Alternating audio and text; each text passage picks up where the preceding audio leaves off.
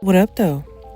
You're listening to Questions and Confessionals, the part of Baked After Dark where you send your baking questions, life confessions, or whatever's on your heart, and I do my best to answer.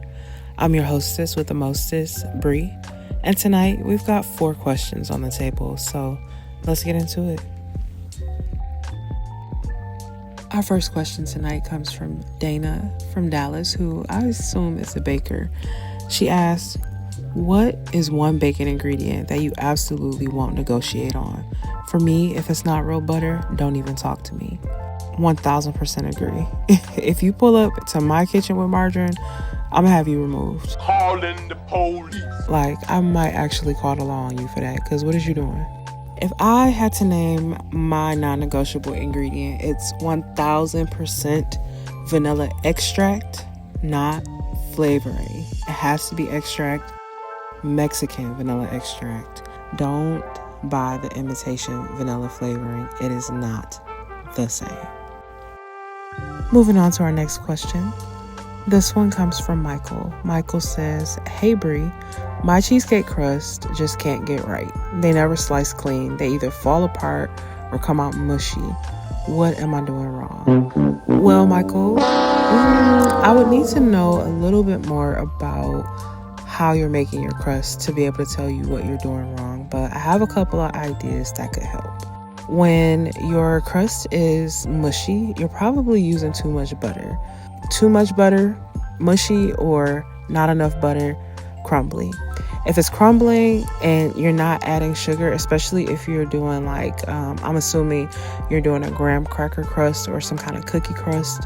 So a lot of times when bakers have this problem and I ask them how they make their crust, all they're doing is trying to find that sweet spot ratio of cookie to butter. Cookie and butter alone is not enough. You need to add sugar. So here's the science. Sugar, when it hits the heat in the oven, it doesn't just sweeten, it actually caramelizes. And that's what helps stabilize your crust. That's called the Maillard reaction. And so that is the browning process where the sugar and the proteins react under the heat to create deep, rich flavor and that beautiful golden color that we look for when we bake. So you want to make sure that you're adding a little bit of additional sugar to your graham cracker butter mixture.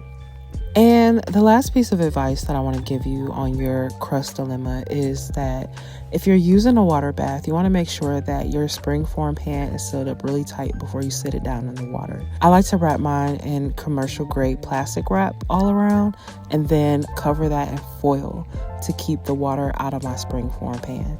I saw that you left your email, so I'm actually going to shoot you over a recipe for a graham cracker or cookie crust that is pretty much foolproof and I think will help. Of course, you can always write back and let me know how it worked out for you. Our next question for the night comes from Crystal. Crystal writes, what's a red flag you'll ignore if the vibe is good enough? Let's see. What is a red flag I'll ignore? Crystal, listen. My pink flag, I guess. And it's a very specific kind of crazy that I will ignore. It's the kind of crazy that my dad has. It's the kind of crazy where, you can throw a full-grown man across a Coney Island, but, you have the restraint not to do it unless it's absolutely necessary. And so, I like my man a little taint of crazy, but with restraint. Our last question for tonight comes from a baker named Ashley. She writes, so 2 women ordered birthday cakes for me for the same dude and I don't know what to do. I didn't realize until I showed up with the second cake and he answered the door. I wouldn't have thought nothing of it, but he actually looked shook when he came to the door. But I just smiled and handed him the cake and told him to enjoy. But the more that I think about it, the more it bothers me. On the one hand, I don't want to break girl code. On the other hand, I don't want to mess up my bag. What would you do? Ashley, mind your business and secure your bag. Now listen, I I'm a firm believer of what's done in the dark always comes to light, and baby, karma be working overtime. So you don't have to play messenger. It's gonna come out. In the meantime, in between time, you focus on your bag. Well, all right, y'all. That wraps up tonight's episode.